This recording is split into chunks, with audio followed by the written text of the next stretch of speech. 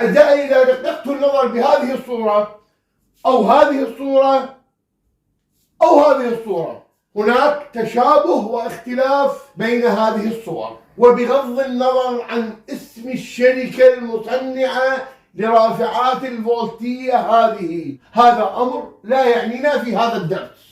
ودرسنا لهذا اليوم هو: هل نستطيع أن نربط كارت الجوكر على أي رافعة فولتية؟ أعزائي، الصور التي شاهدتموها قبل قليل كلها بنفس المعنى.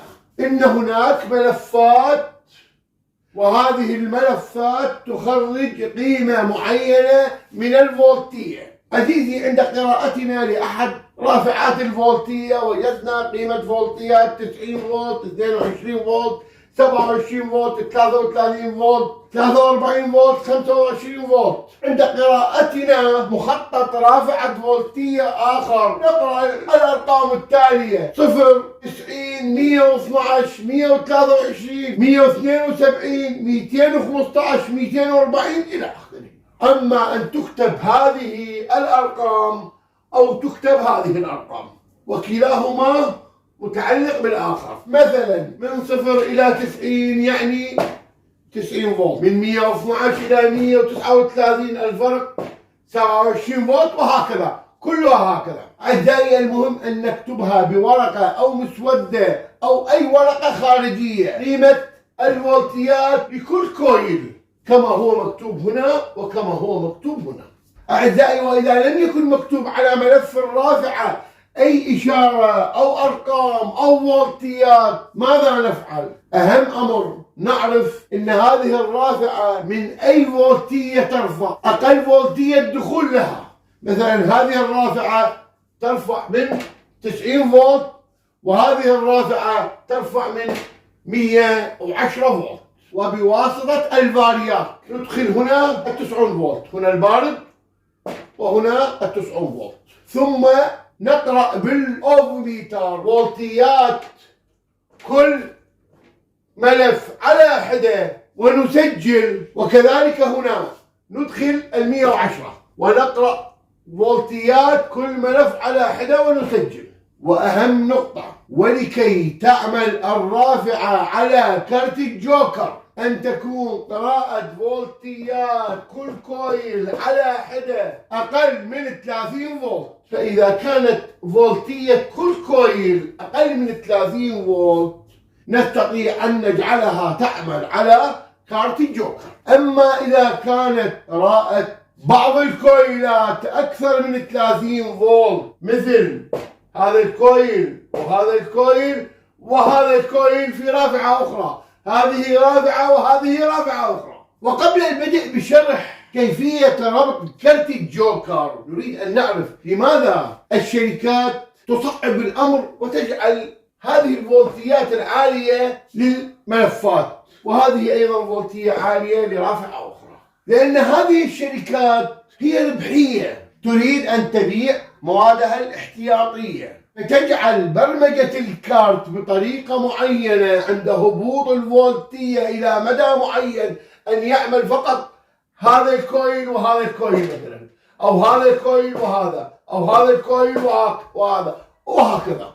يعني الكارت يتنقل بين الكويلات لينظم الفولتية الخارجة، وهذا الأمر صعب جدا في كارت الجوكر. هذه الرافعتان أمثلة. من خلال هذين المثالين يمكن أن تنظم أي كارت جوكر لأي رافعة بسبب ارتفاع سعر الكارتات الموجودة للرافعات المنتشرة. فقررت أن أصنع لكم هذا الفيديو. اتفقنا أن تكون لدينا قاعدة أنه قيمة الفولتية أقل من 30 فولت، ولدينا هنا في هذا المثال 43 فولت ل 33، ولدينا في هذا المثال 40 فولت. وهناك اتفاق آخر أنه الكويلات التي قيمتها أكثر من 220 فولت تهمل،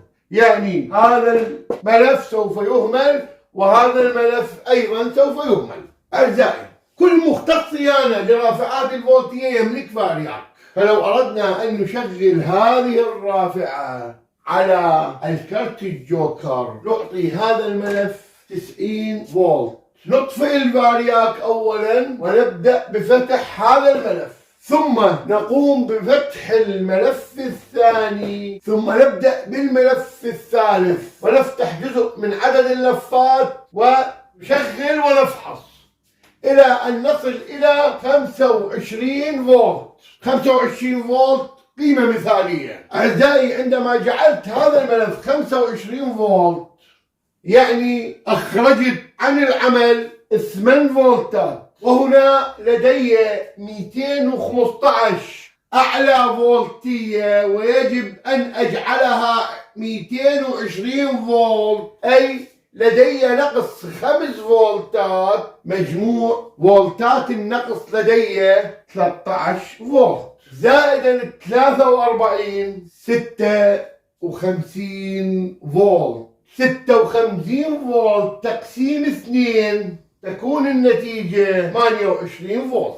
أعزائي، لدي فارياك ويمكن أن أشغله بأي لحظة وألف الملف الأول إلى أن أصل إلى 28 فولت. أجعل الفولتميتر هنا، فهذه 43 سوف تصبح 28 فولت. ثم أقوم بلف الملف الثاني أيضا 28 فولت، وهذه 25 سوف تحذف. ولكي تتأكد أن عملك صحيح اجمع هذه الفولتيات مع 90، سوف تكون لديك 220 فولت. ثم تقوم بربط الرافعة على الريليات وعلى الكارت الجوكر بدون أي مشاكل، باعتبارها 5 رفعات، وهذا الملف الرئيسي. أعزائي، هذا مثال آخر وجدته في رافعة أخرى. الغريب أن الملف الثاني 5 فولت، لا أستطيع أن أتركه ولا أستطيع أن أفككه لأنه أسفل الملفات، فأضطر أن ألغي هذا الطرف وأجعل الرافعة ترفع من 115. ألغي هذا الطرف نهائيا، أجعل الرافعة ترفع من 115 ويبقى لدي فقط هذا ال40.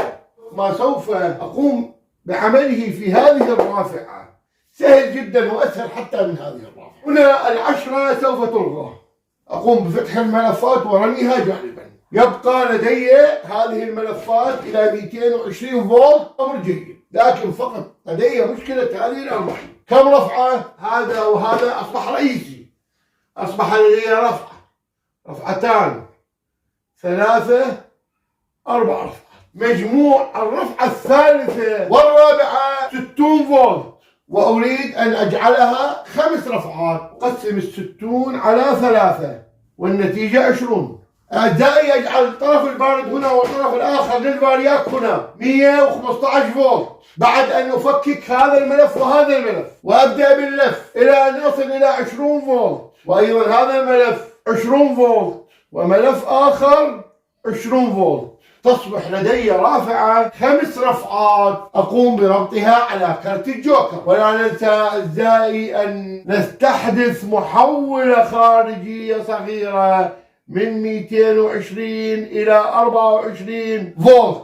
ومن الأفضل أعزائي استخدام محولة من 220 إلى 32 فولت.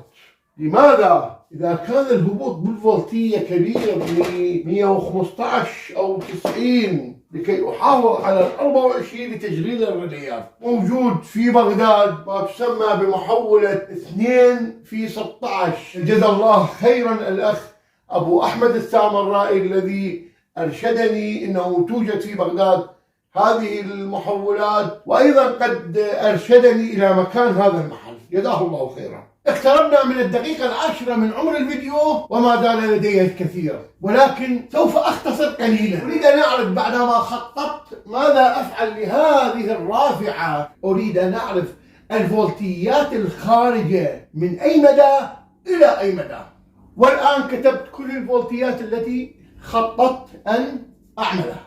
من هنا الدخول إذا كان الهبوط بالفولتية من 90 إلى 107، ومن هنا الدخول إذا كان الهبوط من 107 إلى 134 والأرقام الباقية أمامكم. إذا كان الهبوط 90 زائد 130 220، والباقي 107 زائد 118 أو 159 زائد 56، سيكون الخروج في رافعة الفولتية 215 فولت.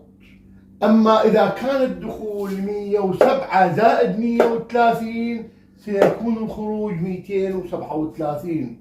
سأختصر لكم: 187 زائد 56 سيكون الخروج 243. وأخيرا 210 زائد 28 سيكون الخروج 238. وإذا كان الهبوط في الفولتية إلى 211 بواسطة الكرت والريليات نجعل تخريجها 211، وهذا أقصى شيء نستطيع أن نفعله في هذه الرافعة.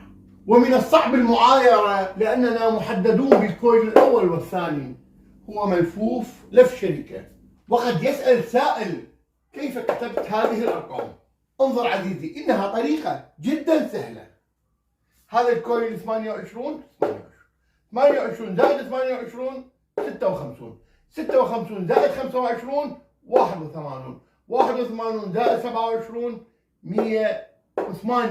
108 زائد 22 90. كتبت هذه في البداية لأن هذه تعتمد على هذه. الرافعة ترفع من 90، وضعت الرقم 90. اترك هذه الأرقام: 107 زائد 108 215. أردت أن يكون أقل فولتية 215. 134 زائد 81 215، وهكذا. لماذا لم أجعلها 220؟ لأنني جربت 220 بغير أرقام فكانت لدي الفولتية أعلى ب5 درجات، فلهذا فضلت أن يكون 215. ثم 107 أنقلها هنا، 134 هنا، 159 هنا، 187 هنا. الآن أجمع 107 و130 والنتيجة أمامكم، 134 108 والنتيجة أمامكم، وهكذا 187 56 والنتيجة أمامكم. وهذه طريقة جدا سهلة نفهم بها الفولتيات الخارجة قبل أن نبدأ باللف. أعزائي، بقي لدي الصورة الثالثة في مقدمة الفيديو، كتبتها الشركة بطريقة معينة بحيث خلطت عمدا بين الفولتيات ودرجة الحرارة، فلذلك أفضل أن أفككها ثم بواسطة الفارياك أغذي الرئيسي ب 140 فولت، ثم أفحص باقي الفولتيات، ثم أتبع نفس الخطوات التي اتبعتها في هذه الرافعة وهذه الرافعة. وإلى هنا نأتي إلى نهاية درسنا لهذا اليوم، والسلام عليكم ورحمة الله.